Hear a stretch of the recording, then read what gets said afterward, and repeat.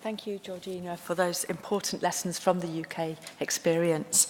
I wonder if all the panellists would like to take their seat at the panel, and also Jelena, would you like to come and join the panel? We have approximately 20 minutes for discussion, so I will open up the floor to questions when our panellists have settled.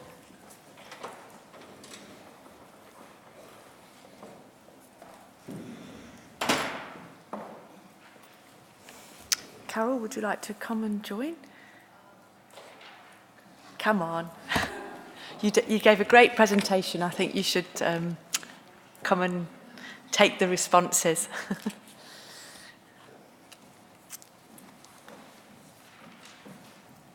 Well done, thank you.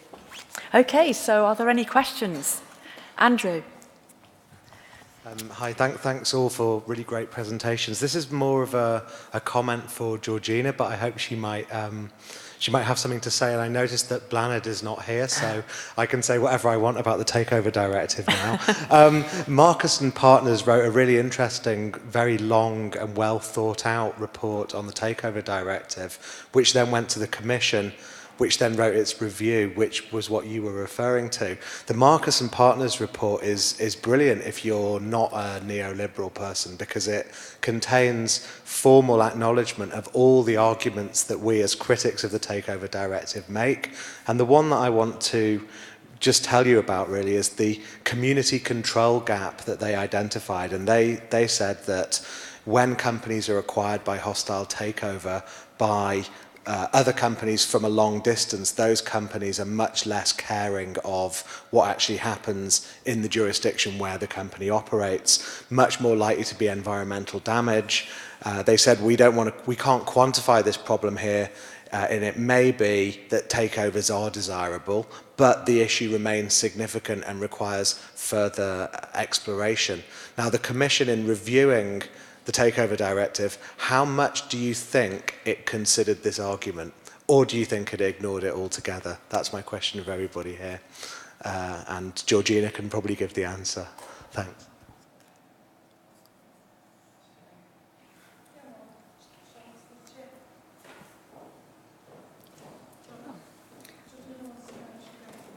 Yes, please, sorry. Yeah, please respond. Is this on? Oh, great. Yes, indeed. Last summer, I remember I spent a whole month going through 300 pages, and then I saw the Commission summary, and it only touched upon the issues that the Commission thought were important and hid the rest. So, yes, a very good observation, which I failed to make during my presentation.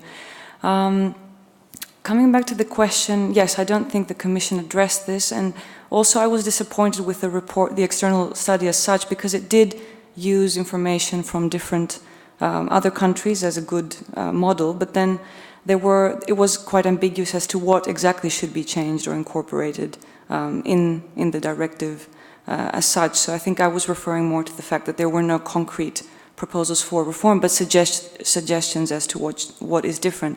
Another issue which I found interesting is that we have a divergence between the goals that the directive had a few years ago, which were focused on takeover facilitation, creating a level playing field, and then when one goes, and you're quite right that now it seems that they are taking stakeholder interests into consideration, because when looking at the external study, we see that it does take into consideration that the directive fails to protect shareholders and other interests during the takeover process, which was something which in the Winter report was completely bypassed and not referred to. So I think the report was very, very positive in that sense, and it's a shame that the summary that the Commission provided is quite a different version of a summary. It's picking the right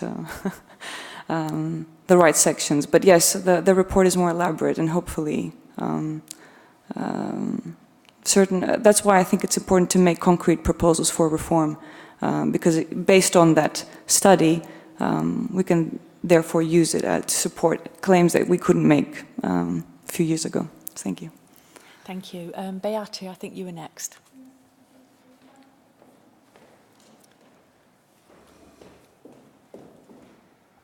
Thank you, and thank you to all the speakers for very interesting presentations. I wanted to go back to also the issue of the takeover directive, and also linking to what Thomas said about the importance of economics.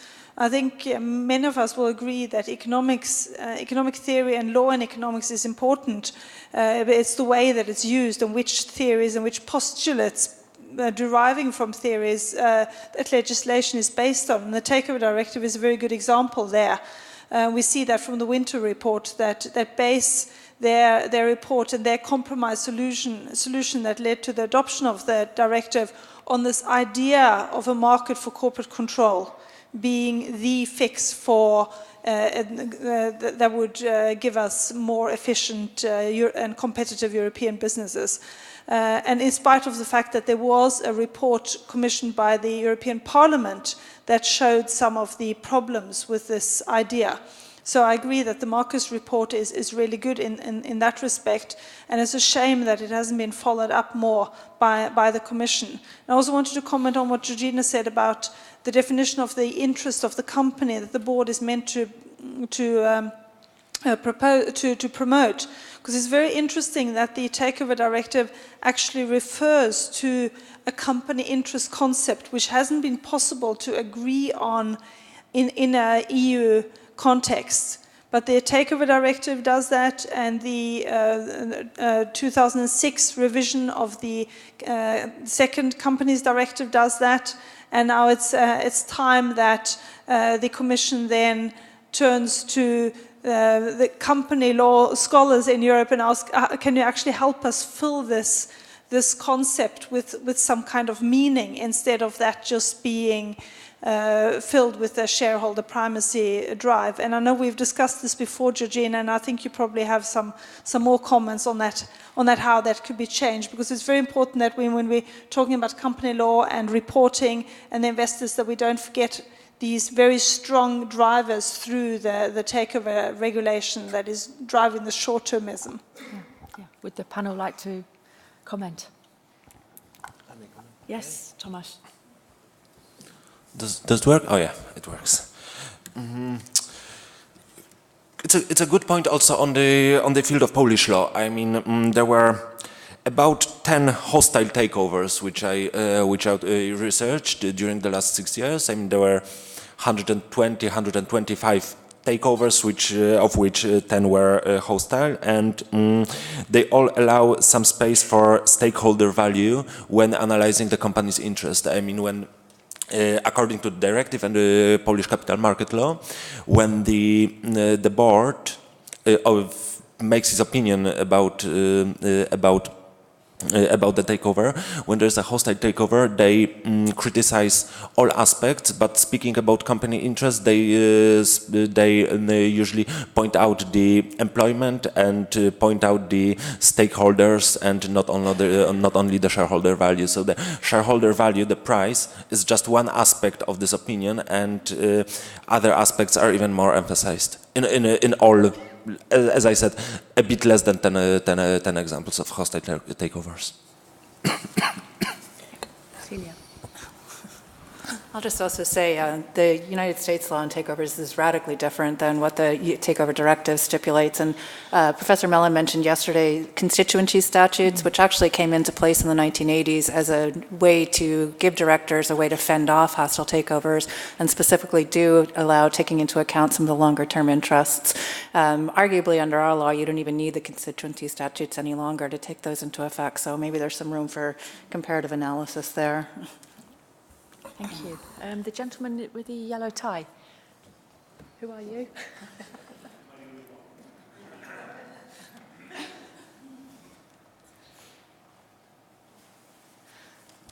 Hi. I agree with Celia that we can dream, of course. I'm just reading an article in the Guardian from where David Lynn, a former councillor, said. Investors see sustainability concerns being raised mainly as a bunch of noise. Like, we shouldn't kid ourselves, investors don't care.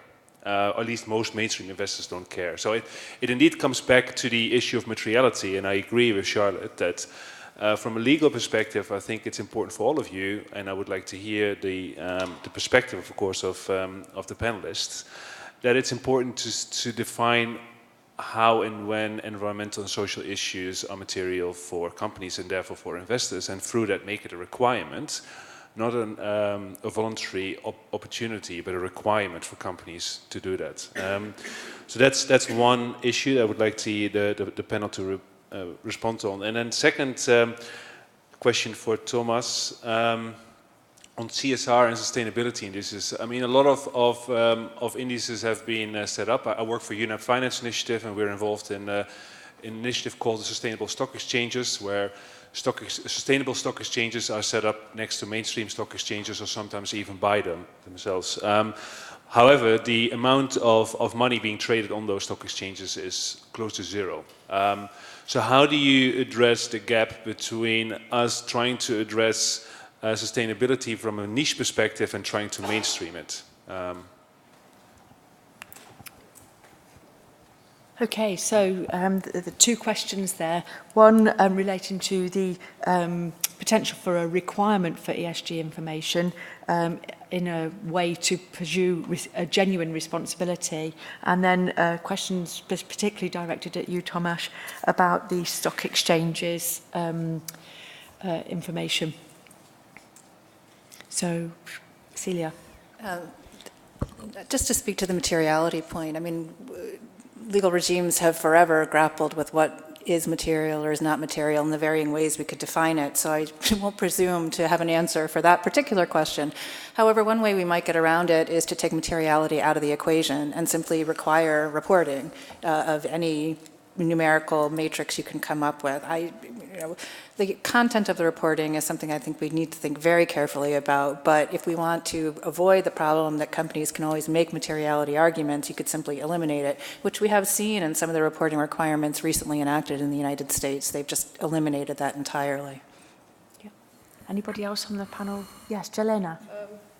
Well, first, hello everybody. I'm coming from the investor perspective. I work in the Responsible Investment Department in PGGM, which is a Dutch asset manager for the second largest Dutch pension fund. And for the materiality, we often look at it because to us it's also very important. And we make investment decisions based on the ESG information that is out there. And therefore, I think reporting is very relevant for us. And so when we look at materiality, I was trying to, there are so many things that I can say, so now when I have to say something, it's difficult to decide what to say and what not to say. But we have, we are working with data providers, so just to say how mainstream sort of investors, institutional investors work. We work with data providers, which obtain, from them we obtain data on the company's reporting on ESG, so environmental, social, and governance issues. And some of these data providers, so we mostly work with two companies. One of them is MSCI and the other one is Sustainalytics. And they already work in two different ways. So one of them provides what we call data mining information. So they just, on a wide range of indicators, environmental, social, and governance indicators, they provide us with information of how the companies are performing. And that's about 170 indicators. So then we have to decide based on our beliefs what is important for which sector and what we want to look at and what we think it's irrelevant. But then the other MSCI provider, which is perhaps for investors a bit more mainstream, they already have picked 5 to 6 KPIs that they think are material for the company's performance. So that they feel that they have impact on the financial return of the company. So for example, if you look at banks, then they will focus more on the governance indicators. And if you look at mining, it will be more about environmental, social, human rights and issues like that. So what we have to decide is how to basically find a way to use this into our investments and how to just how to use this information, how to make investment decisions based on this. When you think about what's material, perhaps you can look at what the investors look at, because we are very busy with thinking what is material for the companies. Of course, we are looking at what is material, so how climate change can have an impact on a company's performance and how they can have a financial, basically financial impact. So I don't know if that's the materiality we are talking about here, but that's what we are looking at. And there is this research made by Dr. Axel Hesse. He made it with the German Ministry of Environment. He made the research of all these data providers, because there are more of them, they're not just Sustainalytics and MSCI. He made the research of which of these factors and indicators that all of them research are the most material. And he did this for 68 industries. So maybe this is something that you can look at. At least it will give you some more information on what the investors deem as material. Okay, thank you. We have one more question, so would you like to make a quick response, Tomasz? Yes, I will. So, firstly, what my point was is that this idea, the sustainable indices idea, in my opinion, needs further research. I mean, there is no wide, complex research regarding those indices. We only know that there are some, and we know, secondly, we assume, and I emphasize assume, it is a good initiative. Firstly, it needs further research. Secondly, I would recommend some tax deductions just for the investment funds who use sustainable indices as a benchmark. In my opinion, how would it work? It's easier to run investment fund, so more money goes to sustainable companies, which is easier for them to raise capital. The effective interest rate would be lower. In my opinion, some European Commission document would be desirable. I mean, own initiative opinion or own recommendation regarding those issues. I know that, of course, the stock exchanges are private entities, but it's not an obstacle to make the own initiative opinion or the recommendation. Thank you. And we just have time for one more question. Have I answered your question? Yeah. Thank you. Yeah, yes, thank you. I have a question which was inspired by slides of Thomas showed. He recommended in the last slides, and I repeated it, that the Commission should give an own initiative recommendation, for instance, a soft law instrument. However, I think in October the Commission disclosed a proposal on a regulation of benchmarks, which covers all possible indices. It's inspired by the LIBOR scandal, which was referred earlier today by the Commission representative.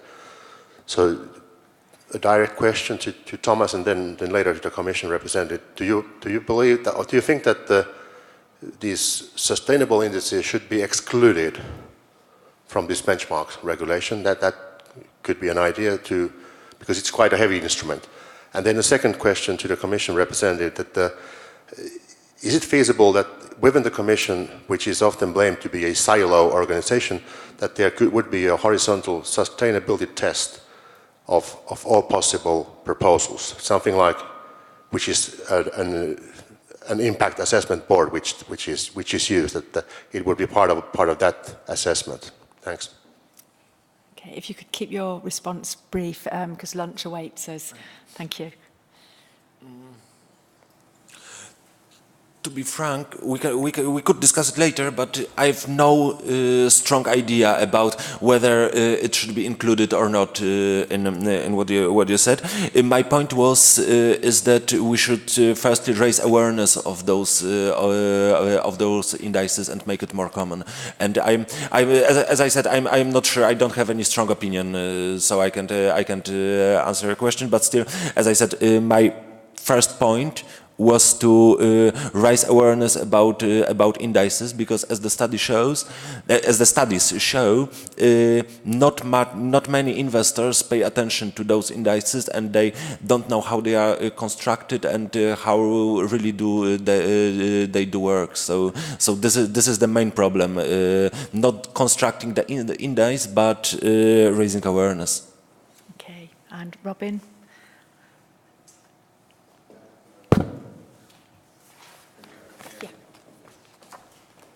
Yeah, no idea whatsoever on the whether it should be included or not. I have to look at the Edgemark proposal. I've not seen it personally, so I can't really make a judgment on that.